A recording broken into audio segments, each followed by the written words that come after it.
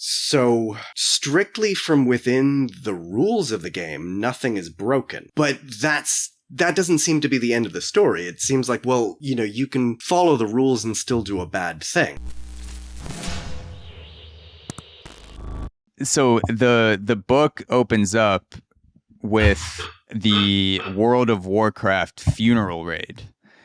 Yes. And could you explain to people the funeral raid who aren't familiar with that in World of Warcraft? And was that a morally wrong act?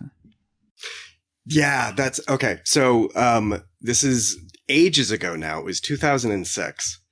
World of Warcraft, it's an open world RPG game where you play as, fantasy setting.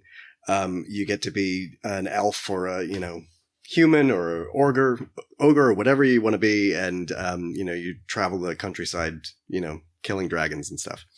One of the things that you can do in World of Warcraft is you can form guilds. You can join other players to form a party that fights together. And you can actually attack other real-life players. At least on certain servers, some of the servers are player versus player, and you can attack other players, and others are not. So in 2006, there was a guild called the Horde, where one of their members in real life actually died. And the surviving members of the guild decided that they would have a memorial service in the game, because that's where they met each other, that's where they hung out. So they would get together in the game and have a memorial service to their friend who died. And they held the memorial service in an area of the world where you could attack other players. So they put out a statement saying, we're having a memorial service. We're not going to have our armor or our weapons with us. Please respect our service. And of course that didn't work out well. Right? Of course, a rival guild, the rival guild is called Serenity Now. They invaded the service, executed all of the people at the service and stole all their loot. Since then, there's been a lot of debate among gamers of whether that was right or wrong, because the interesting thing about it is that if you're following the rules of the game, nobody broke any of the rules. It's part of the rules of the game that you can attack other players, and if other players are going to put down their weapons and armor, I mean, they're just making it easier. So strictly from within the rules of the game, nothing is broken. But that doesn't seem to be the end of the story. It seems like, well, you can follow the rules and still do a bad thing. I find it really interesting that, think of the concept of sportsmanship. Sportsmanship is something that we expect of other players, but it's not actually written into the rules of most other games. I can only think of one where it's actually written into the rules. It's in Ultimate Frisbee. If you go through the official rules of Ultimate Frisbee, there is this one part where it says that all players have to live up to the spirit of the game.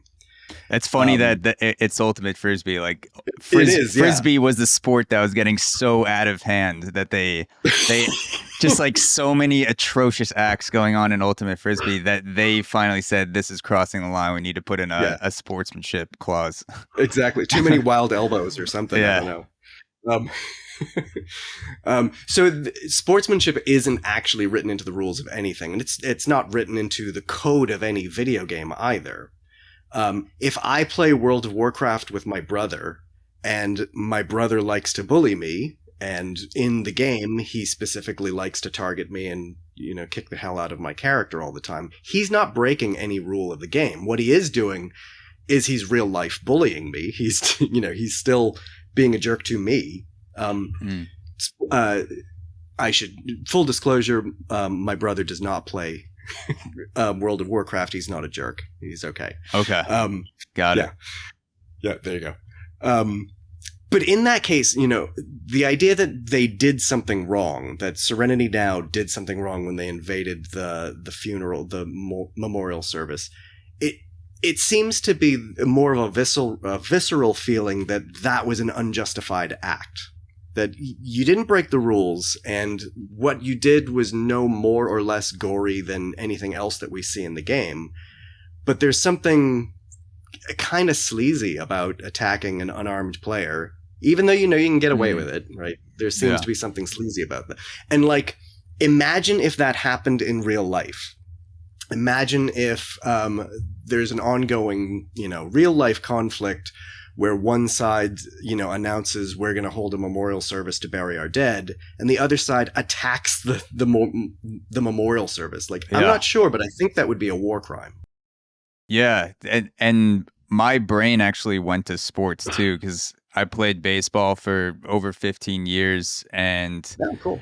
I was trying to imagine something like the equivalent of that happening in a baseball game. So if we were playing a team and one of the team members on the opposing team passed away, the week before the game, and in the actual game itself, they wanted to have some sort of vigil type moment, an announcement, moment of silence or something. That's pretty much an accepted thing that you can do mid game. You can stop the game and then recognize the loss of someone, and almost everyone will be on board with that. Now, I don't know if that's a fair comparison, because in World of Warcraft, it sounds like people are playing at the same time as the service is going on, and they're in the area. So it'd kind of be like if there was a vigil in the middle of someone that just hit a triple or something. Like, would you stop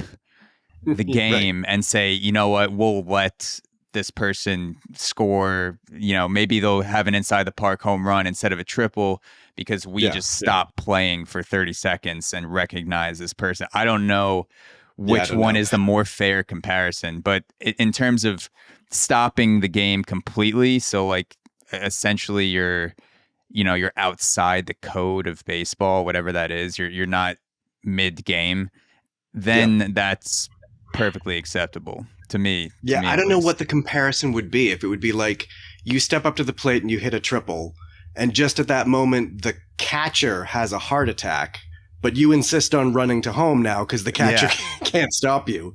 Yeah. That would seem, I don't know, that would seem weird. Yeah. And in that moment, I don't know if that's the comparison, but yeah, so in that moment, I would say if I just hit a triple and the catcher went down, in my head, I wouldn't know that it's a heart attack in that moment. I would probably find out after. I might think that he pulled a hamstring or something, and when you pull a hammy, you kind of go down like a gunshot. It's like people yell out sniper, and you just like drop to the ground when you blow out a hamstring. So I don't know, maybe something like that. But is it considered fair play if somebody drops from a hamstring? Yes, yeah. So the play continues, and then once there's a stoppage of play, then the trainer goes on the field. You get carried off if you need to, and then you go to the tent or locker room, wherever you can get treatment. But it's considered fair game. That there's even been moments in baseball where there's a fly ball, and then the center fielder and the right fielder will both go for it, and there's an intense like head-on-head collision, and it's obvious that one or both of those guys have just gone unconscious. The play still continues, and the left fielder would have to run over, grab the ball, and then once the stoppage happens, then those players are taken to the locker room. Yeah, cool. Okay, neat. Yeah. It's I haven't played World of Warcraft, so I can't put myself in the emotional state of mind of what I would do if that were happening. So it's tough to say. I can compare it to something like baseball, because I can know emotionally like what's at stake during a play and what would happen if you stopped a play, but it's a tough thing to say. Yeah. I think the thing that's interesting about that case is that people effectively, the Horde effectively tried to call a timeout, but that didn't. But it wasn't accepted. How would that happen in baseball? If one team calls a timeout, then the other one, insists, no, you can't?